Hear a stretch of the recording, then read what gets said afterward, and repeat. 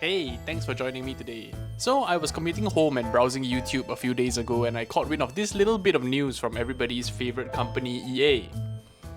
It turns out that the head honchos at EA are focusing on AI and doubling down on the technology's ability to generate material for their future titles. The article from Games Radar basically talks about how the company is planning to implement generative AI in their game production pipeline, and even the CEO himself basically said, quote, more than 50% of our development process will be positively impacted by the advances in generative AI. The article goes on to say that AI could be used to make development more efficient, claiming that they are able to, shorten the time needed to create assets from 6 months to just 6 weeks. And that the ultimate goal of this shift is to build things faster so that they are able to push out more products quicker compared to their competitors. So, I don't really know about you, but I feel that this is a good old case of prioritizing quantity over quality. Like, what's the point of building things quicker if the products that you are releasing are essentially the same products as what was released the year before? Looking at you, FIFA. Personally, EA games have always felt like they are developed on a factory production line anyway, where everything is samey, boring, and uninspired. But that may be just my perspective. I can't even remember the last time I was excited for an EA game in the past 5 to 6 years. Because to me, EA basically died the moment that they acquired BioWare and bastardized the Mass Effect series with the abomination that is Mass Effect Andromeda all the way in 2017. I will never forgive them for how they massacred my beautiful boy. I played the daylights out of Mass Effect when I was in high school and loved it so much that I played through the entire trilogy basically 3 times. 3 times! I remember during my high school days, any free time I had between studying, having student councillor responsibilities or playing in the Chinese orchestra, I'd spend thinking about the next mission, the next companion quest, or the next story beat that I discover. I just was so disappointed by the fact that a game that was once so rich with character depth, in-universe lore, and an incredible story was reduced to a buggy, unfinished mess on release with boring, cardboard cut-out characters that don't even compete with the original trilogy. Anyway, enough gushing over Mass Effect. What I'm trying to say is that I've stopped caring about EA as a company and the games that they produce after they pushed out Andromeda all those years ago. That same article also flags that this move is aimed at, quote, helping the developers get to the fun more quickly and that their devs are, quote unquote, hungry to get their hands on generative AI technology. While I admit that there are uses of AI in the creative production process, I do not think that the developers are as excited as EA's CEO makes them out to be. Going to put my tinfoil hat on for this one, I think that the developers are the last people that EA cares about. Do you really expect people to believe that game devs are excited or hungry to threaten their own job security with AI? Hell no! There are already reports of people losing their jobs to AI, especially in the creative space, with the most prevalent case being generative AI damaging the livelihoods of human artists and designers. This article even points it out to its credit, highlighting the hypocrisy of this statement from the CEO.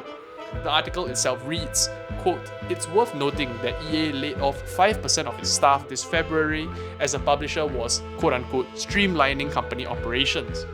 Next, a year before that, EA also booted another 6% of its workforce.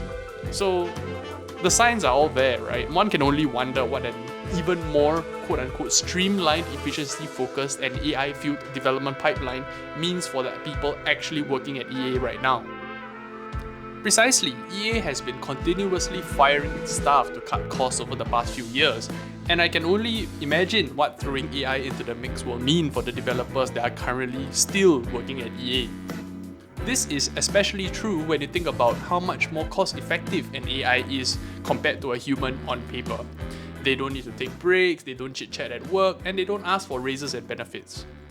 Of course, with the current state of AI, I really doubt that there is any way an AI developer could 100% replace a human game developer, but this move by EA is certainly inching towards that slippery slope. And you already know that in the soulless eyes of the execs and shareholders running EA, all they care about is profit and bottom line.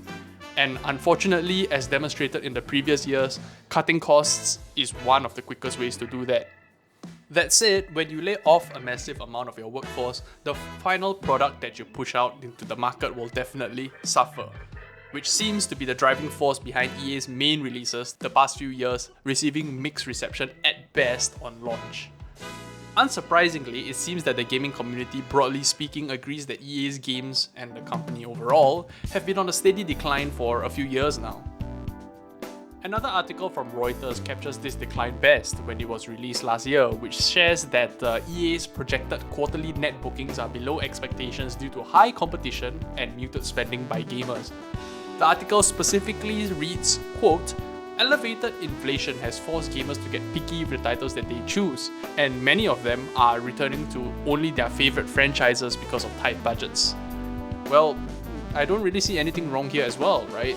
Inflation has been hitting everyone hard all around the globe. Like, for example, here where I live, a can of Coke went from being $1 back in the 2020s now to costing almost double of that, just a few years later.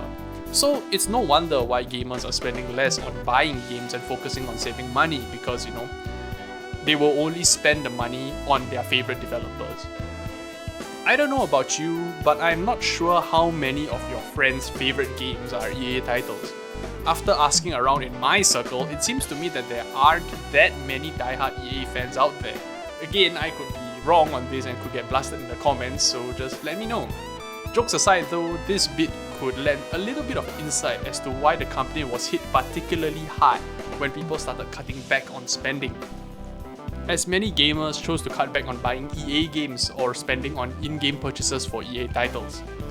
Like I said earlier, EA's games just aren't that interesting anymore, and I'm not surprised that people don't want to carve out their budgets just to buy their titles when there are more interesting releases being pumped out by smaller companies like Larian, Moon, and Arrowhead Studios.